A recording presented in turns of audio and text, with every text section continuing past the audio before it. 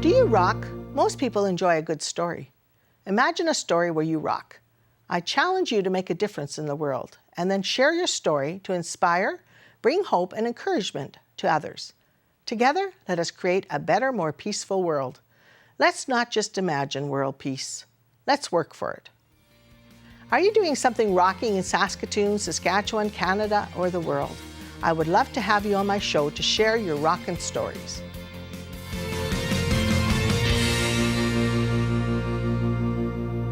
We are here with Sylvia and Sam with the Adoption Support Center and You Speak Out. Welcome. Thank you. Thank you. Hello.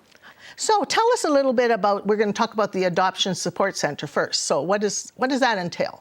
So the Adoption Support Center is a not-for-profit, community-based organization that has been serving the needs of adoptive families for 30 years. Oh, that's a long time. It is a long time. So we're celebrating our 30th anniversary this year, and we're pretty excited about that. We provide support. So what started as a group of parents and families who were raising adopted children, gathering together for support and information, has transpired over 30 years to a resource center that serves all of the province. Where's it located? It's located at 527 Main Street, right here in Saskatoon, and we encourage people to come and visit us. So how does the process start for adoption? Like if someone wants to adopt a child or it's a youth?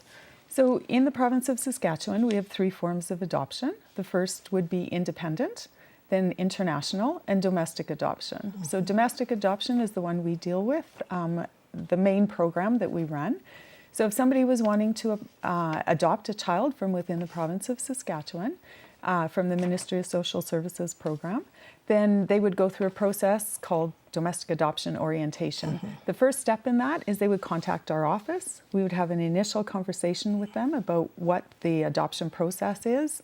Following that, we would send them an email package and they would get a whole bunch of information they have to read. Following that, they contact our office. We have a longer conversation specifically about the program. They do some workbooks, and then a referral is made to the Ministry of Social Services for an adoption. So can anyone adopt? Yes. Any age? There's no restrictions, on age, no. Because I was under the understanding at one time there was an age restriction. Yeah, no, that does not exist. Okay. We have single people can apply, couples, same-sex couples. There's no restrictions. Oh, well, that's wonderful. So tell us more then. Let's say they do fill out the papers. What happens next? So once that happens, then they're referred to the Ministry of Social Services. At that point, they would be filling out an actual adoption application. And that includes all sorts of information about the person who's wanting to adopt, their range of acceptance, and information about them in general. Then the process takes, it can take any amount of time. Everybody always wants to know how long it's going to take. There is no right answer to that. It all depends on the children who are available for adoption and the range of acceptance of the people applying. So many of the children, like there's a interest in adopting older children. So children between the ages of probably 3 and 10, 12, 16.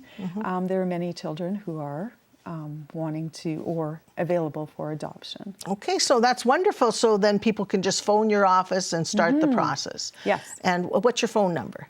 Our number is 665-7272. Okay, that's wonderful. So when you talk about children, are there lots of children that need adoption? There are children within the care of the Ministry of Social Services that are available. So in order for a child to become available for adoption, they would have to become a permanent ward. So it's a process that has to happen through the court system, and it is only at that time that an adoption plan can be considered for that child. So that's wonderful that they have this opportunity, and so let's talk a little bit more about how it works then. So once you're accepted, and this is all provincial? This is, yes. All provincial, and it's funded provincially? Yes. Okay, so once the person is accepted, then what happens? The next step. I'm just in case Sam curious. talk a bit about that. So initially, once a prospective adoptive person or persons applies, they fill fill out the application form, and it's all formally put together, and they go on the initial waiting list into the central registry where they're waiting to be released for their home study and to do pride training, which they also is mandatory for them to do. So then they're put on that initial waiting list. They're then released for their home study and the pride training, which they do over the course of 4 to 5 months. And then they're put on a second waiting list where they're in the pool of prospective adoptive persons to be matched with a potential child. So you're talking about pride training. What would that be consistent? Pride training stands for Parenting, Resource, Education, Information. Education. Oh my goodness. Yeah, so it's a process that you need to do. Yes. Yeah. It's a step. It's actually in total it's 30 hours of training. Okay. Most of which can be done online, so it's convenient for people. That's ease good. of access and Yes. things. And there's 2 face-to-face sessions that they also have to participate in as well. So is there a cost associated with this if you want to adopt? No, for the domestic adoption program, there is no cost. There may be some minimal costs, but they're predominantly covered by government. Okay, and so the international one, you still look after, or no, you're not involved with that? Yeah, we do a bit. We provide some initial information. So the first step of the adoption process, we would provide that, and then the individual would be going off to an agency in the respective country to do the adoption. So why should someone adopt? What would be the reasons that people would adopt? We have all sorts of reasons. So some of which are infertility. Some people just want to expand their family and make a difference to a child. Other people have other personal needs or wants to be able to adopt. There is no cookie cutter. Yes, so that's good. They were perhaps adopted themselves or were in care at some time in their lives and want to sort of pay back or something like that. There's a lot of kids that need homes. So. Yes, and that's why you rock for coming and sharing that information in case there are people out there and they think it's a huge procedure, but it's not as difficult as you think, right? It's totally manageable. Okay. And we can help through every step of that process. So you're working with them, both you two? How big is that office? Is there quite a big office? We are a small but mighty office. So there are 3 of us. All 3 of us work part-time, but we are open Monday to Friday, 9:30 to 4:30. So if people are curious, they could just pop in, or they can go to your website. Do you have a website? We do. They can access our website. It is www.adoptionsask.org. So talk a little bit about that anniversary that you're having. Yes. That's exciting. 30 years. That's a very exciting thing. A huge milestone, especially for the founding members of our organization, many of whom are still involved in the organization. So we're having an event on October 27th at the Broadway Theatre, and it's going to consist of a small program, and then we're going to have an illusionist, and it's family friendly, so people can bring their children. We'll have a number of other activities there, and it's open to the public. So we hope people will come and support it. Well, that's wonderful to have that too and to celebrate. So would you have a sort of a rough idea of how many in 30 years children or young adults have been adopted? Unfortunately, No, we not don't a lot allowed have, to no, we don't have access to those kind of stats. We have an average of 200 to 250 people that we see throughout the year who are interested in exploring adoption. Well, that's quite a large number. You know, I'm sure you want it to expand because you have quite a few children, and you're talking about from 0 to 18, right, for adoption age? Yes. Even up to 18? Yes. Yeah. Okay. So, right. So there's probably a large number that you're looking for? Yeah, one of the one of the reasons that there is a push for this is that an adoption isn't the only form of permanency. So the Adoption Council of Canada which we're going to talk about a little bit later, has started a program to talk about the importance of permanency for youth in care. So youth who turn 18 age out of care or transition out of care at 18. And many of them do not have a permanency plan. So a permanency plan means a connection to a loving, caring, stable adult for the rest of their life. At 18, if they don't have that, it has all sorts of consequences. Sam will talk about later, or potential consequences. So the whole conversation around permanency and the importance of creating those permanent connections for families is really critical.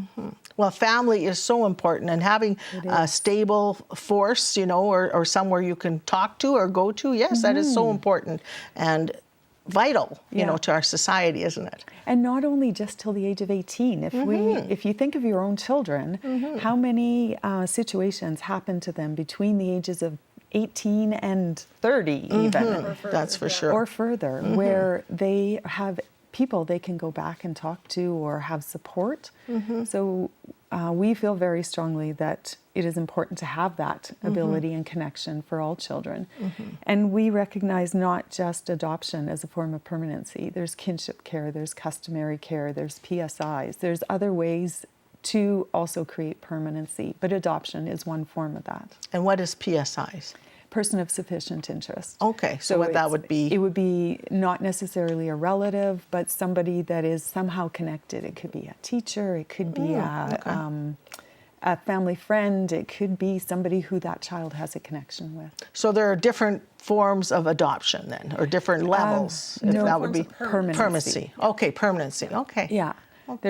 Adoption is one form of permanency, but we recognize all forms. Okay, well, that's wonderful. So anything else you want to say about the adoption that is so important? Like if people are interested and they shouldn't be scared, just drop in or? Yeah, like our center provides support services to all people connected to adoption. It could be an adoptee, it could be a birth parent, it could be pre and post adoptive people and professionals as well. So just contact our office. We have the biggest library focused on adoption in the country, and members have access to that free of charge. So we have all sorts of resources and supports between our staff that work there. So just contact us and we're happy to answer questions. So they don't have to do it alone. Even once they've adopted, they still have a lot of support. Yes. Well, that's wonderful to hear. Yeah. Well, great. Thank you very much. And we'll be right back talking about You Speak Out. Thank you.